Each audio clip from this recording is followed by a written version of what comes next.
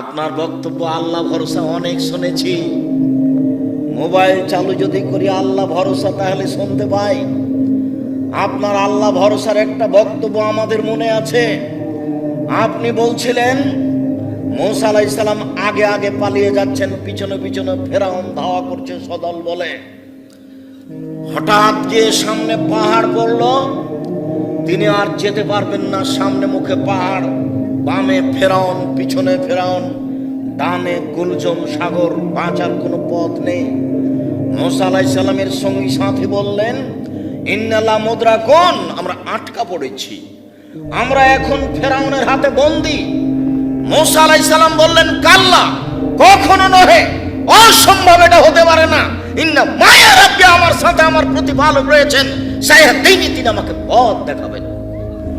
বাহ্যিকভাবে বাঁচার কোনো পথ নেই। কোন সাহসে মূসা আলাইহিস সালাম বলতে পারেন যে অবশ্যই অসম্ভব, এটা হতে পারে না, ফেরাউন আমাকে ধরতে পারে না? বাহ্যিকভাবে বাঁচার কোনো পথ নেই। একমাত্র আল্লাহর উপরে ভরসা করে মূসা আলাইহিস সালাম এই কথা বলেন। হাতের ডানে সাগর আছে, সামনে পাহাড় আছে, বামে পিছনে ফেরাউন আছে। সঙ্গী সাথে বলছেন, আমরা আটকা পড়েছি, আমরা ফেরাউনের হাতে ধরা পড়েছি। তখন মূসা আলাইহিস সালাম বলছেন, কাল্লা, কখনো নহে, অসম্ভব, এটা হতে পারে না। ইন্না মায়া রাব্বি, আমার সাথে আমার প্রতিপালক রয়েছেন, সাইয়াহদিনি, তিনি আমাকে পথ দেখাবেন।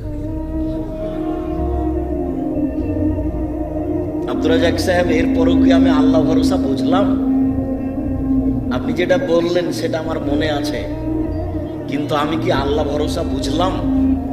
তাহলে আপনি সহজভাবে মনে করেন, বাসা বাড়ি থেকে যখন বের হবেন তখন বলবেন, বিসমিল্লাহি তাওয়াক্কালতু আলাল্লাহ, আল্লাহর নামে বের হচ্ছে, আল্লাহর নামে ভরসা করি, বিসমিল্লাহি তাওয়াক্কালতু আলাল্লাহ। তারপর আর একটু লাগিয়ে দেন, লা হাওলা ওয়ালা কুওয়াতা ইল্লা বিল্লাহ। বাহ্যিকভাবে আন্তরিকভাবে নড়াচড়া করার কোনো শক্তি নাই আল্লাহর শক্তি ছাড়া। এইবার আপনি মনে করেন যে আমি আল্লাহ ভরসা করেছি। বুঝাতে পারলাম?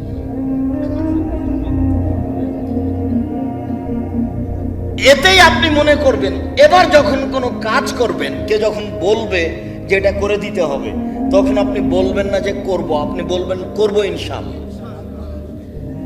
এই দুটা পথে আপনি ধরে নেন যে আমি এখন আল্লাহর উপরে ভরসা করে আছি। এটা হবে সহজ। কোনোদিন নিজে বলবেন না, ছেলে বলছে আব্বু আমার জন্য কলম আনবেন, বলবেন না যে আনবো। কিভাবে বলবেন? আনবো ইনশাআল্লাহ।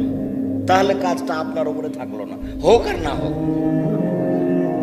যদি ভুলে গিয়ে থাকেন তো ইনশাআল্লাহ, যদি কিনতে না পারেন তো ইনশাআল্লাহ, যদি কিনতে পারেন তো ইনশাআল্লাহ, মানে আল্লাহর উপরে আছে, যদি আল্লাহ চায়। আচ্ছা ঠিক আছে আব্বু, কিনবো ইনশাআল্লাহ, যদি আল্লাহ চায়। তাহলে আপনার আল্লাহ ভরসা বহাল থাকলো। তাহলে মনে রাখবেন, রাখতে পারবেন কি? বাড়ি থেকে বের হওয়ার সময় বলতে হবে, বিসমিল্লাহি তাওয়াক্কালতু আলাল্লাহ, লা হাওলা ওয়ালা কুওয়াতা ইল্লা বিল্লাহ। আর কাজ যখন করবেন, কথা যখন বলবেন, তাতে লাগিয়ে দিতে হবে কি? ইনশাআল্লাহ। তাহলে আল্লাহ ভরসা বোঝা যাবে। আবু দারদা রাদিয়াল্লাহু তাআলা আনহু বলেন, রাসূল সাল্লাল্লাহু আলাইহি ওয়াসাল্লাম বলেছেন, বিচারের মাঠে মুমিন পুরুষ নারীর নেকির পাল্লায় সবচেয়ে ভারী নেকি হলো সদাচরণ, ভালো আচরণ। নওয়াস ইবনে সামান আনসারী রাদিয়াল্লাহু তাআলা আনহু বলেন, সালতু রাসূলুল্লাহ সাল্লাল্লাহু আলাইহি সাল্লাম মাল বিররু ওয়াল ইসমু। আমি নওয়াস ইবনে সামান আল্লাহর নবীকে একদা জিজ্ঞাসা করলাম, আল্লাহর নবী, পাপ কি জিনিস, নেকি কি জিনিস, একটু বলবেন? আমি জানতে চাই পাপ কাকে বলে, নেকি কাকে বলে। তখন আল্লাহ রাসূল উত্তরে বললেন, আল বিররু হুসনুল খুলুক, নেকি হচ্ছে ভালো আচরণ। তিনি বললেন না নেকি হচ্ছে তাহাজ্জুদ, তিনি বললেন না নেকি হচ্ছে কোরআন তেলাওয়াত, তিনি বললেন না নেকি হলো হজ, তিনি বললেন না নেকি হলো সুবহানাল্লাহ বলা। তিনি জিজ্ঞাসার উত্তরে বললেন নেকি হলো ভালো আচরণ।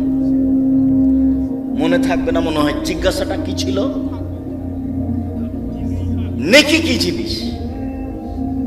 কোনো সময় বউ স্ত্রীকে গালি দিবেন না, যখন তখন। এ তো গ্রামে বাড়ি, একটু 19-20 হলে স্ত্রীকে গালি দিবেন না। স্ত্রী খুব দামি সম্পদ, মহিলারা খুব দামি সম্পদ, কথায় কথায় তালাক দিয়েন না। আর ভুলেও কোনোদিন বইয়ের নামে অ্যাকাউন্ট খুলে বিদেশে যাবেন না। বাপের সাথে গন্ডগোল হয়েছে হোক, অ্যাকাউন্ট বাপের নামে খুলতে হবে। স্ত্রীর নামে যদি অ্যাকাউন্ট খুলে বাইরে যান, স্ত্রী আপনার যতই ভালোবাসার বস্তু হোক না কেন, কয়দিন পরে সবটি টাকা নিয়ে চলে যাবে। যত জিজ্ঞাসা আছে আমার কাছে, তার শতকরা 30% জিজ্ঞাসা এটা আছে। এ কাজ ভুলেও করবেন না। সদাচরণ পাওয়ার সবচেয়ে পৃথিবীতে বড় হকদার বাপ মা।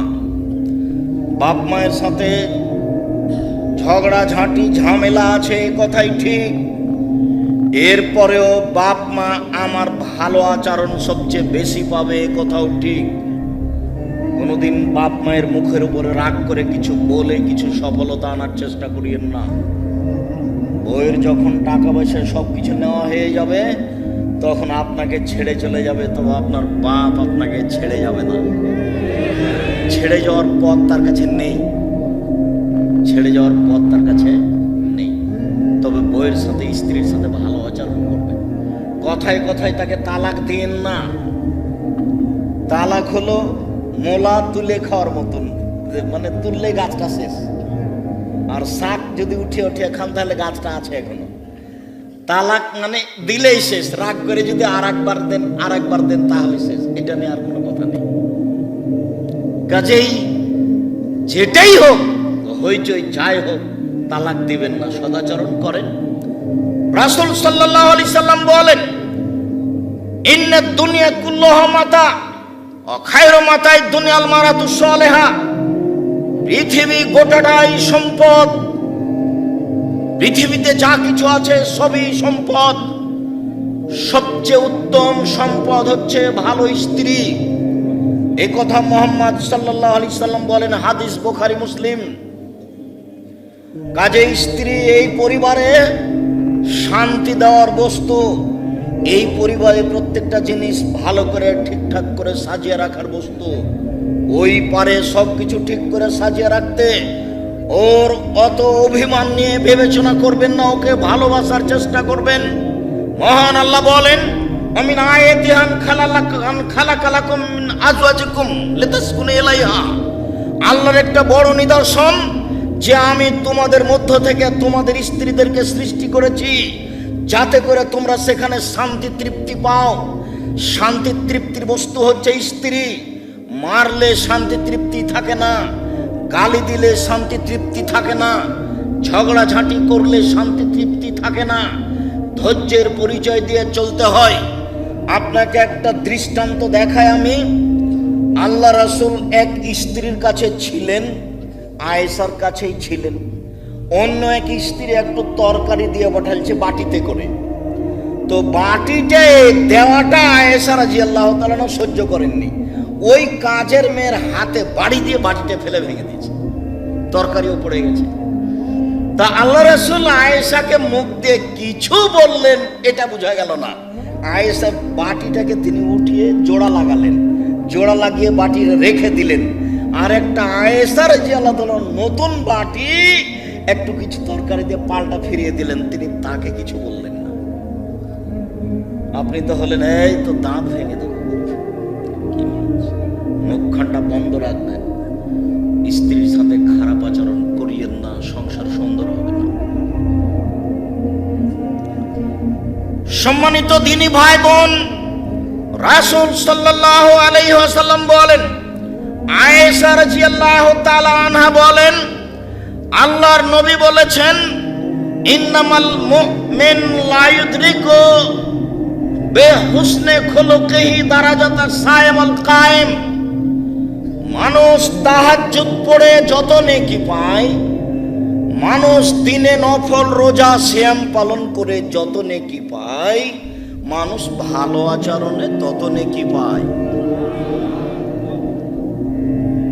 মানুষ তাহাজ্জুদ পড়ে যত নেকি পায়, মানুষ নফল সিয়াম রোজা থেকে যত নেকি পায়, মানুষ মানুষের সাথে ভালো আচরণ করে তত নেকি পায়।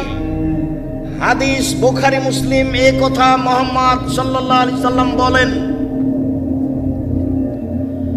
আব্দুল্লাহ ইবনে আমর রাদিয়াল্লাহু তাআলা আনহু বলেন, আরবাউন, চারটা জিনিস, এজা কুন্না ফিকা ফালা আলাইকা মা ফাতাকা মিনাদ দুনিয়া।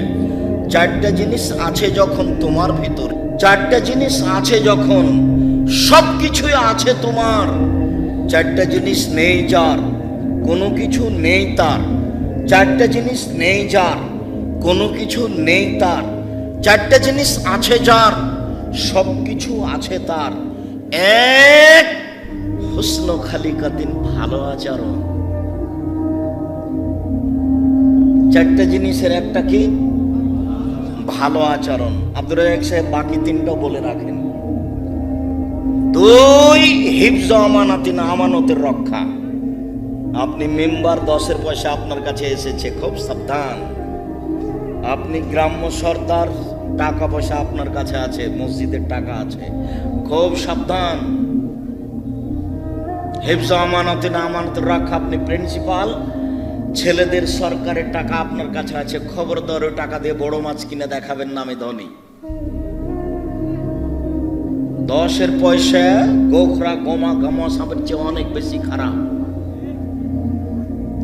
একটা মানুষ জেনা করেছে, ক্ষমা সহজ। চুরি করেছে, ক্ষমা সহজ। একবার রাতে কান্নাকাটি করে বলল, আল্লাহ আমি পাপ করেছি, তুমি আমাকে ক্ষমা করো। আমার বয়স 80 বছরে একদিনও নামাজ পড়িনি, সালাত আদায় করিনি, আজ বলছি আমার ভুল হয়েছে, তুমি আমাকে ক্ষমা করো। আস্তাগফিরুল্লাহ ওয়া আতুবু ইলাইহি। আশা করছি নিষ্পাপ হয়ে দুনিয়া থেকে চলে যাবে ইনশাআল্লাহ। কিন্তু আপনি সরদারি করতে গিয়ে 10টা টাকা আত্মসাৎ করেছিলেন, এটা কি হবে? ভাইয়ের জমি দখল করে আছেন, দিচ্ছেন না, এটার কি হবে? বোনের জমি দখল করে আছেন, দিচ্ছেন না, এটা কি হবে? ছেলেটা জানে, ছেলেটা আপনাকে বহুদিন বলেছে, ছেলেটা আপনাকে বলেছে, আব্বা ভিক্ষা করে খেতে রাজি আছি, ফুফুর জমি খাবো না।